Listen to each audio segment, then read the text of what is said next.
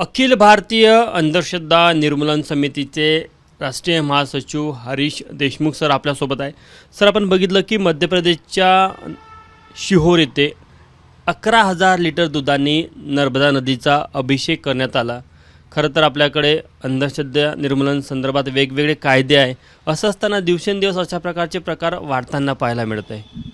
खरं म्हणजे सिहोरमधला जो हा कार्यक्रम आहे हा एक धार्मिक अनुष्ठानाचा कार्यक्रम आहे. त्यामध्ये अगोदर तिथे यज्ञयाग झालं आणि मग त्याने दुग्धाभिषेक त्या महाराजांनी जे करवला त्यामध्ये 11,000 लिटर दूध त्या ठिकाणी दिलेलं आहे आणि पाण्यामध्ये ते वाहलं आहे. त्यासोबत नारळ पण त्यांनी टाकले. असे अनेक व्हिडिओ आणि अशा क्लिप्स अनेक व्हायरल झालेल्या आहे. हा अंधश्रद्धेचा भाग म्हणता येईल. मध्य प्रदेशामध्ये जादूटोणा विधी कायदा वगैरे तिथे असा नाही आहे आणि कायदा असूनही अशा कृतींना अंकुश बसेल असं काही चित्र दिसत नाही. कारण की ज्यामध्ये मोठे मोठे पुढारी मोठे मोठे शिक्षित लोक त्यामध्ये इन्व्हॉल्व असतात आणि त्या कृतीला एक श्रद्धेचा भाग मानून त्यामध्ये काहीतरी इप्सित साध्य होईल, जगाचं कल्याण होईल, विश्वशांती होईल अशा प्रकारची त्यांची धारणा असते आणि त्यामुळे सगळे कृत्य केलं जातं. आणि असं कृत्य केल्यावर जनमानसामध्ये याचा फार वाईट परिणाम होतो. कारण की दूध हे जे आहे फार महाग असतं. दुधामुळे जे व्हिटॅमिन्स असतात आणि लहान मुलांना गोरगरिबांना ते मिळत नाही. परंतु या ठिकाणी एवढं मोठ्या प्रमाणात म्हणजे दूध वाहलं गेलं आहे ही फार मोठी अंधश्रद्धा आहे असं मला वाटतं. धर्म असेल, कर्मकांड असेल, त्या नावावर अशा प्रकारचं कृत्य केलं जातं. याचं कोणी समर्थन करत नाही. सोशल मीडियावर खूप टीका होत असते आणि वारंवार अशा प्रकारच्या घटनेचा निषेध देखील केला जातो. मात्र याला कुठं लगाम लावली जात नाही. आपल्याकडे जरी कायदा असला तरी देश पातळीवर अशा प्रकारचे कायदे नाही. त्या कायद्याची गरज आहे का? नाही, खरं म्हणजे काय, विश्वास ठेवणं सोपं आहे आणि विचार करणं कठीण आहे. म्हणून विश्वास ठेवणाऱ्यांची संख्या जास्त आहे आणि विचार करणाऱ्यांची संख्या कमी आहे.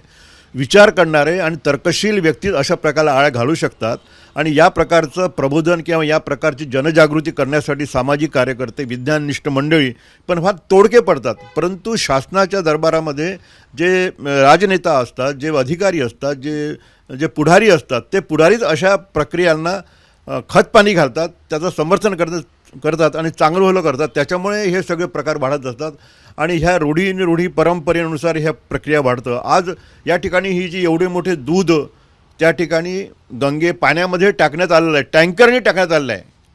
तर या ठिकाणी जो कोणी तथाकथित महाराज असेल, जो गुरु असतो, हा गुरु ज्या प्रकारचा शब्द प्रामाण्य त्या ठिकाणी लोक स्वीकारतात त्याची कोणतीच चिकित्सा करत नाही, शहानिशा करत नाही, चांगलं की वाईट याचाही विचार करत नाही. पण गुरुनी सांगितलं ते प्रमाण मानले जाते आणि त्यामुळे इतकं मोठं ते हे झालं. याला प्रतिबंध घालण्यासाठी जर खऱ्या अर्थाने राजकारणी लोक आणि शासनाने समोर यायला पाहिजे. जसं महाराष्ट्रामध्ये ज्या अंधश्रद्धेच्या बाबी होत होत्या आणि त्या अंधश्रद्धेच्या बाबींमुळे जे शोषण होतं त्याला प्रतिबंध घालण्यासाठी जादूटोणा विरोधी कायदा या ठिकाणी निर्माण झाला. त्या अनुषंगाने आपण 2013ला तयार झाला. डॉक्टर नरेंद्र दाभोळकरची हत्या झाली. त्यानंतर याचा प्रसार या ठिकाणी होतात. तरी पण आपण पाहतो एक खराचसारखं प्रकरण घडतं आणि कित्येक महिलांचं लैंगिक शोषण होतं त्या ठिकाणी. सांगा की आपण जर का बघितलं तर म्हणजे धर्मशास्त्रामध्ये नदीला पूजक मानलेलं आहे आणि नदीची पूजा करताना या कर्मकांड किंवा विधी केल्या जातात. महत्त्वाचा विषय की यामुळे मोठ्या प्रमाणात जलप्रदूषण होतं, नदीचं प्रदूषण होतं. याकडे मात्र कोणाचं लक्ष राहत नाही. बिलकुल बरोबर आहे. कारण की त्याला तुम्ही देवी देवता मानता, त्याच्यावर श्रद्धा ठेवता. श्रद्धेची व्याख्या तशी आहे ना, श्रद्धा म्हणजे चिकित्सा करायची नाही, शंका घ्यायची नाही, बाबा वाक्यम प्रमाणम. त्यामुळे त्याला चिकित्साला इथं वावच नाही ना तिथे. म्हणून जी कृती तिथला गुरु असेल किंवा तिथला व्यक्ती असेल त्याचा जो जशा पद्धतीने प्रचार करतो तशाच प्रकारे आम लोक मानतात. सर्व सामान्य जनता ही आज्ञेमध्ये असते आणि ह्या सगळ्या प्रक्रिया घडत जातात. अर्थात त्यामुळे नदीचं प्रदूषण वाढते किंवा नदीमध्ये नुकसान होते. हे सगळे प्रक्रिया तर होतच असतात. त्याला आपण पायबंद करू शकत नाही. गंगेचं उदाहरण आपल्याकडे आहे की मृत्यूनंतर त्या माणसाला जर त्याच्यामध्ये वाहलं तर त्याला देवप्राप्ती मिळते, पुण्यप्राप्ती मिळते, त्यांच्या आत्म्याला शांती मिळते, त्याला स्वर्गामध्ये स्थान मिळते. स्वर्ग नरक ह्या कल्पनाच मुळामध्ये थोतांड आहे. तरी या गोष्टींवर लोक विश्वास ठेवतात. यासाठी जे समाजसुधारक होऊन गेले आहेत, समाजसुधारकांनी खूप मोठं काम केलं आहे. परंतु त्यांचं हे विचार लोकांपर्यंत पोहोचवायला अजून बराच कालावधी लागेल. म्हणून विज्ञान, चिकित्सा आणि आत्मविश्वास लोकांमध्ये वाढवण्याची गरज आहे असं मला वाटतं. आपण जी गर्दी बघितली तर मोठ्या प्रमाणात तिथे नागरिक असेल किंवा ज्या बाबांनी त्याचं आयोजन केलं त्याचे भक्त आपल्याला पाहायला मिळतात आणि एक प्रकारे या माध्यमातून नागरिकांना कसा फायदा होईल, आध्यात्मिक फायदा होईल असं सांगितलं जातं. खरंच ते शक्य आहे का? तसं होतं का काही? असं काही नसतं. त्यांना अध्यात्मिक असं त्यांना वाटतं, त्यांना शांती मिळेल किंवा काही इप्सित साध्य होईल असं पण काही होत नाही.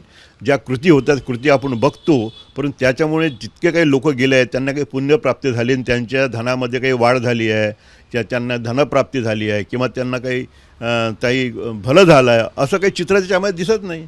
आता मोठ्या मोठ्या यात्रेमध्ये गजानन महाराज दर्शनाला असो किंवा महादेव हजारो लोक जातात, त्यासाठी ॲक्सिडेंटवर लोक मरतात, त्याच्यामध्ये अपघात होतात, मोठे मोठे पेंडॉल पडतात की काही ठिकाणी मोठी मोठी यात्रा भरल्या जाते, खूप लोक एकत्र होतात आणि त्या ठिकाणी अचानक भूकंप काहीतरी असं आग लागते, तिथे लोक मरतात त्या पेंडॉलमध्ये. त्यामुळे कुठे देव वाचवायला येतो. ह्या सगळ्या मनाच्या मनकथा आहे, मनाचा कमकुवतपणा आणि भविष्याची वाटणारी भीती, यामुळे लोक ह्या सगळ्या गोष्टी करतात.